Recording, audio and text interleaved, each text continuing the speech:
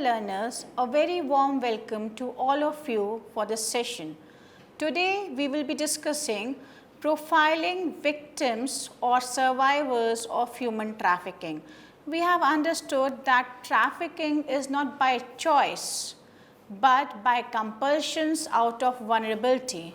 So, when we discuss that a person who has been trafficked is not an accused, not a person who should be convicted of an offense. That person is a vulnerable person. Out of his vulnerability, he has been forced to work as a person in domestic help, in labor hazardous employments, or in a massage parlor, for pornographic sites, for giving his or her organs. So, we will be discussing how will you profile a victim. As you remember, we have also discussed how to profile an offender. Do we have tags? Can I tag a person that he is a victim of human trafficking, or he or she is a survivor of human trafficking? If the answer is no, then how will you know that this person may be a person who has been trafficked, or this person may be a person who is a survivor of human trafficking?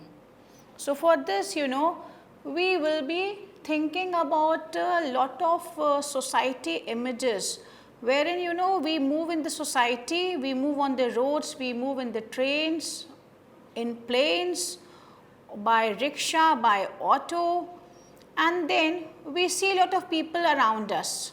So, can we label these people? And if we can label these people, who are these people? These are the people who are vulnerable. Vulnerable means that they are vulnerable in the hands of the society, in the government. So, out of their vulnerability, out of their, it can be poverty, it can be unemployment, it can be nothing for sustenance, it can be non-availability of the resources, it can be non-recognition of oneself. So, can you label these people who are not in pictures? They can be sex workers who have no voices. So, a sex worker is a sex worker out of choice or out of compulsion. If the sex worker is a sex worker out of compulsion, then he is vulnerable or she is vulnerable and victim of human trafficking. Children in need of care and protection. We find lot of children on the streets, lot of children coming out of calamity or natural disasters or man-made disasters. So, we find children on the streets, we find them in dhaba, we find them in jhuggi and jhoparis. So, clusters we find them, and then we find women, we find old people, we find disabled people. So, can we just put a label of somebody who can be a victim of human trafficking to them? So, can a government issue a I-card stating that you are vulnerable, or you are a person who can be trafficked, or somebody who has been left over? So, left over by his own family members. You must have seen lot of old people in old age homes. You must have seen lot of children in foster care, in orphanage, and you must have seen women and men on roads, in clusters, in these institutions where they are kept, the homeless people are kept, the night shelters.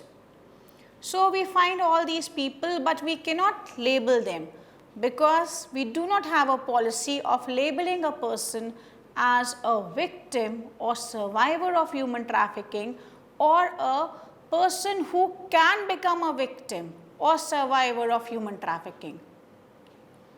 Displaced people cannot be labeled. Displacement can be because of any reason.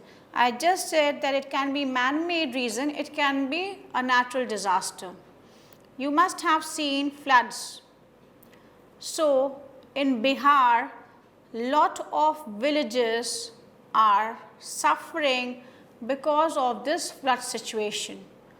If the stakeholders are not able to rescue the people, are not able to provide them the medical needs, the physical needs, the safety needs, then there may be a chance that a trafficker having nexus there may use these people's vulnerability and traffic them. So it is not that somebody is vulnerable at one point of time and he is not vulnerable or she is not vulnerable at the other point of time. A person may be vulnerable out of situations. Then people who do not have any identity. Lot of people in India do not have any identity because they are not registered in the population register. They do not have voter ID, passport, then bank account, Aadhaar card, PAN card or any other government document to prove their identity. So people who have migrated from one place to another, people who are unemployed and then they leave their locations, they leave their villages and go to a different place to work, may or may not have valid papers to prove their existence. People on the streets, how many of us know that how many people are on streets in Delhi? Do we have a data for that? How many people are working in unorganized sectors? How many people are working in organized sectors? How many people are working as daily workers or on contractual labor? So do we have the exact figure? I just open a government website and I am able to access all these details. How many people are disabled? Disability can be mental, disability can be physical, and disability can also be a mindset. I am not able to use my computer well, so that can be a disability. Or the stakeholders are not able to access or understand my needs and provide me opportunity so that I may also grow. So somebody is disabled because they are not able to think as per my needs. Then migrated people who move in groups or in clusters or two people just move. Poor people, they don't know the law of the land. They are uneducated people. Out of poverty, they are deprived of the basic resources or the basic facilities, but they are Indian citizens. They do not have their voices because they are vulnerable people. So can we label all these poor people? And below poverty line and above that line, what is the yardstick which can ascertain that a person who is above poverty line will not become vulnerable in the hands of the trafficker or in the hands of situations of being trafficked? So can we label all these people? We have illiterate people. Reading and writing is just an initial start. People who are not educated, who do not have quality education, even after the Right to Education Act, even after Article 21A, which talks about free and compulsory education, still if we have illiteracy, if we do not have legal education, ignorance of law is no excuse. But how many people have that legal literacy in India or literacy in India?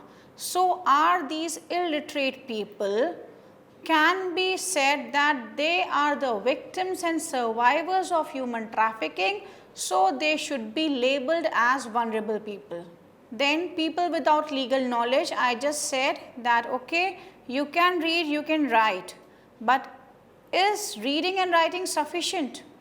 Or is that a starting point for a government, for a welfare state to take into consideration different aspects of quality education?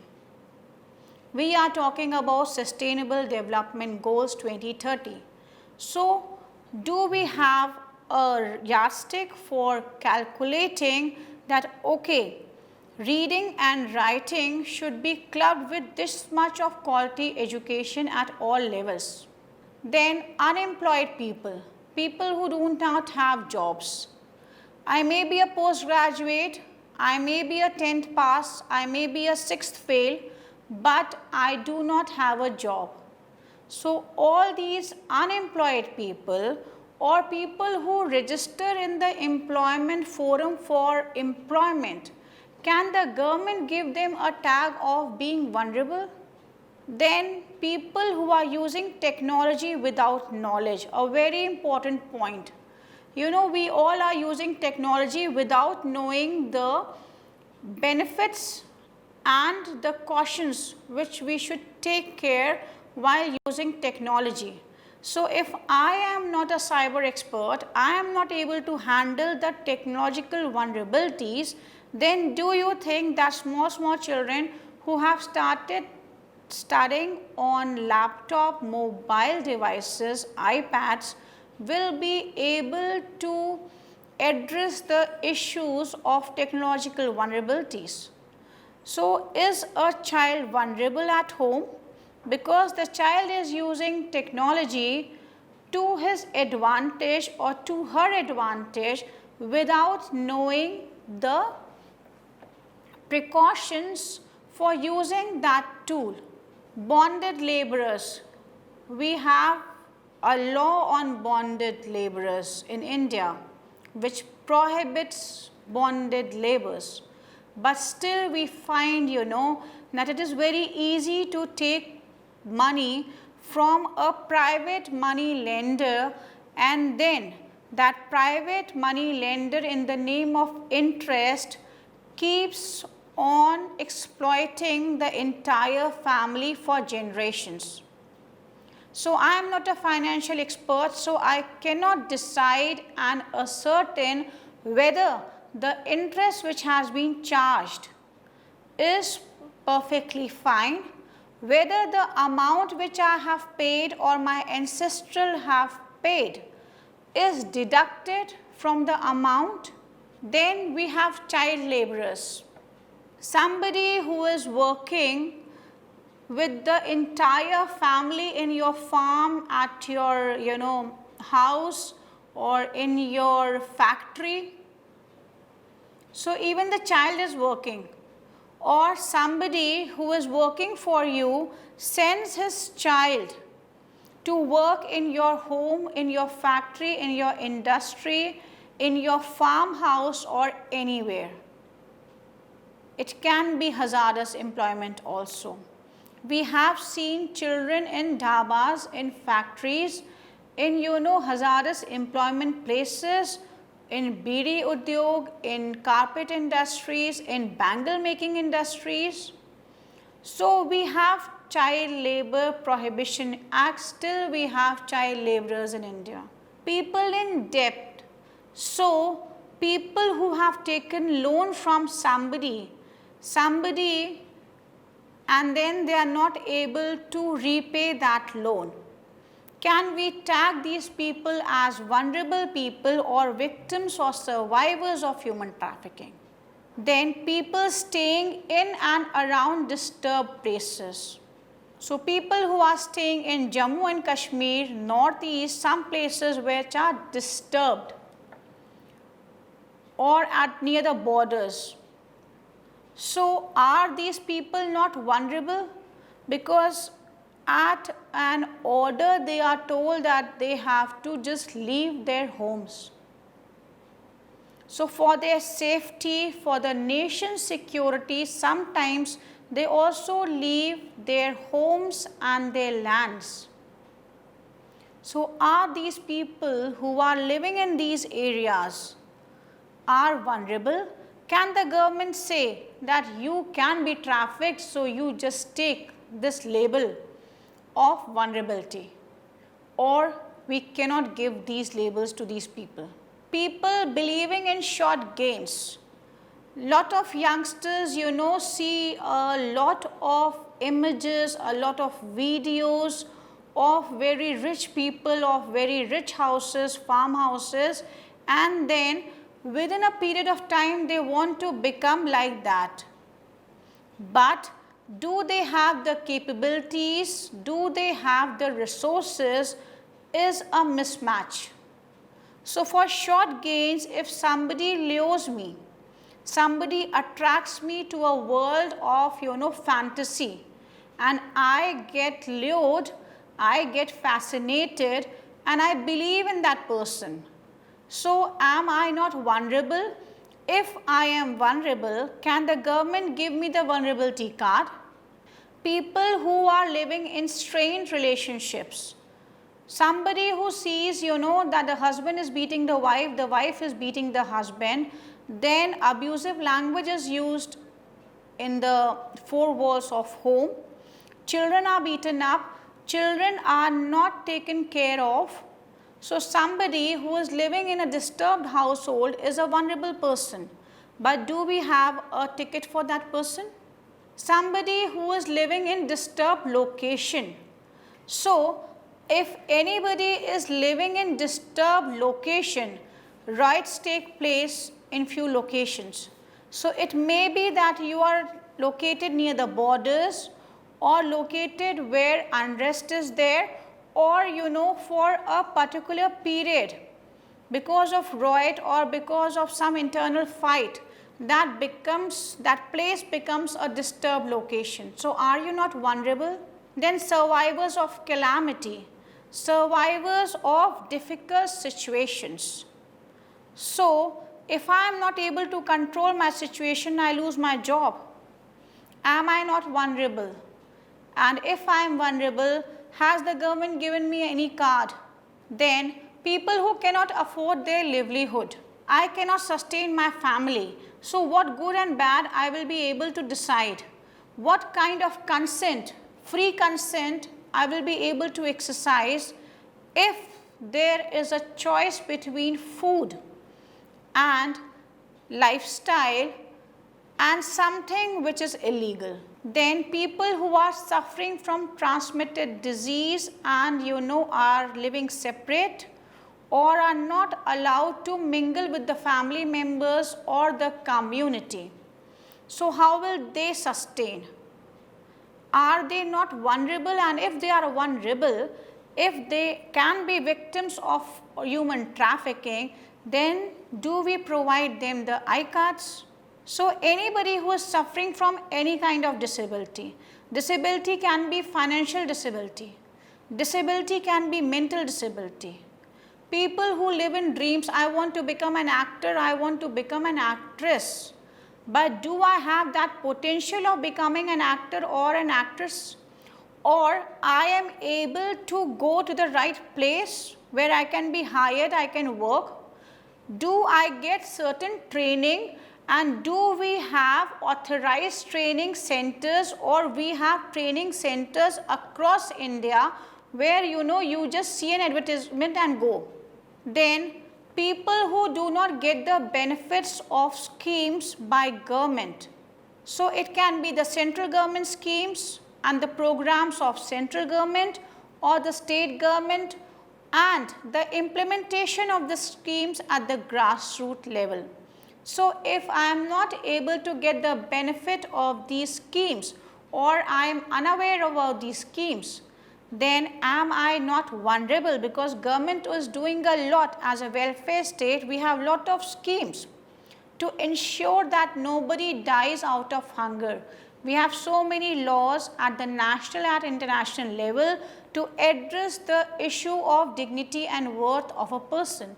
But still, if I am not able to get the benefits of the scheme, Because of my vulnerability, do I get a card? Then we have a question for all of you.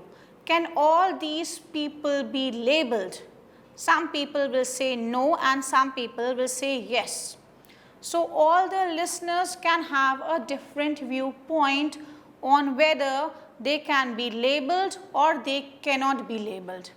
So we are talking about the entire population of India being labeled or not being labeled. And who is going to label them?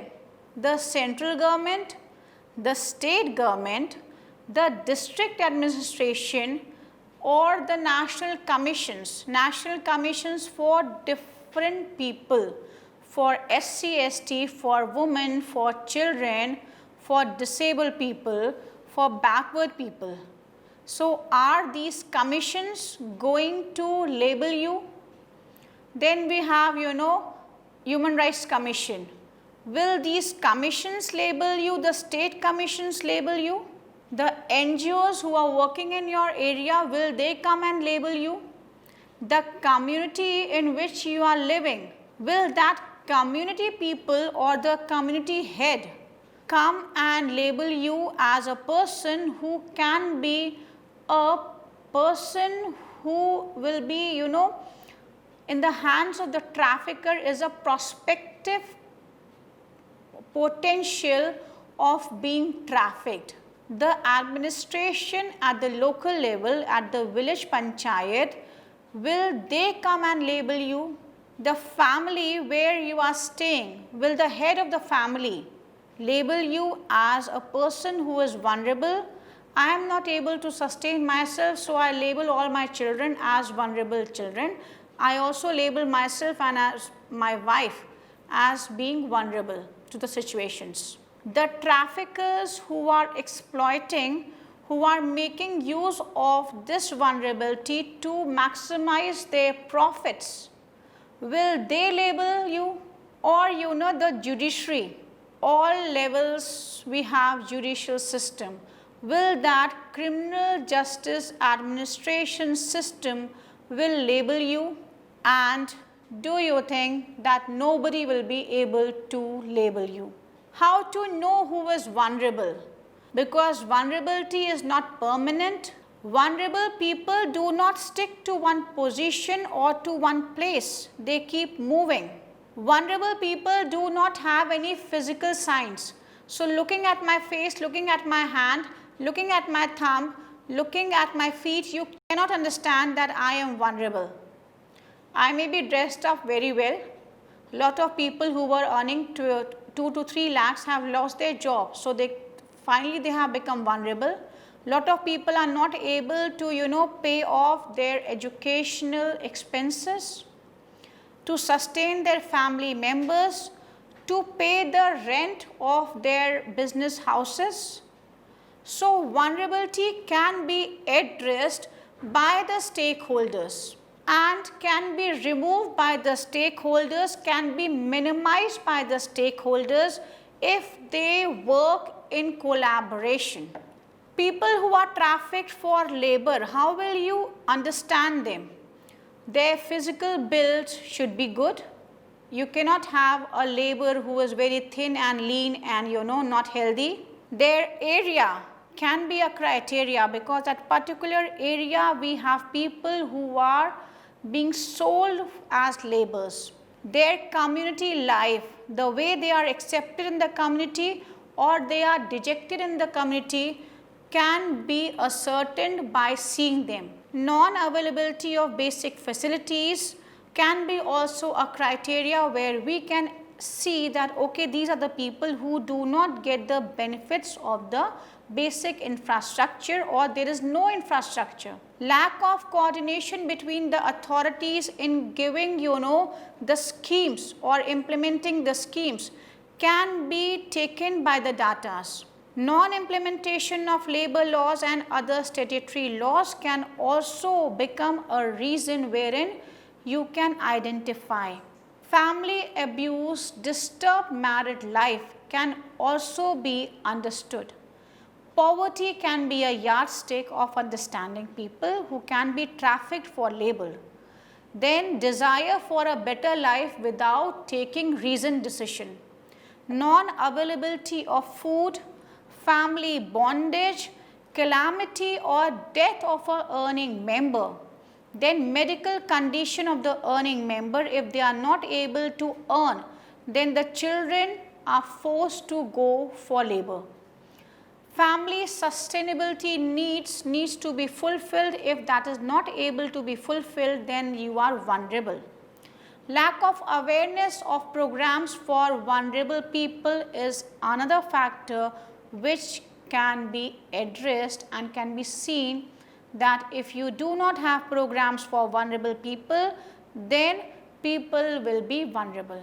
Domestic servitude, if not handled properly, then is a reason for domestic labor. Beggars, you can see on the streets. So we have a Juvenile Justice Care and Protection of Children Act. So children in need of care and protection, if not properly dealt with, then they move as beggars. Parents who are working in hazardous employment also sometimes employ their children in the same employment. If you have no work, then whatever work you get from a person, you don't disagree because you have to sustain yourself and your family member. The demand for cheap labor and to gain from a person is high because the supply side is more and the demand is concentrated. So if more and more people need job, employment, then the labor price cannot be, as per the Minimum Wages Act. Vulnerability in deciding and understanding service condition. If I am unemployed, I don't have job, whatever job I get, I will not make a choice. Family tradition is also important. Sometimes, out of my family tradition, I work as a labor. Ignorance of law, ignorance of dignity rights or human rights, and even if you are aware, if you do not know how to get these rights, then you also become vulnerable. Carefree attitude of the family members. If I go for work and my family members do not have any objection because I am an earning member, then I will be forced to work without my choice.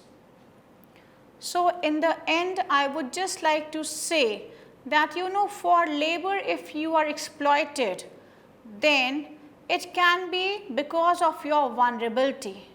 We have lot of labor laws.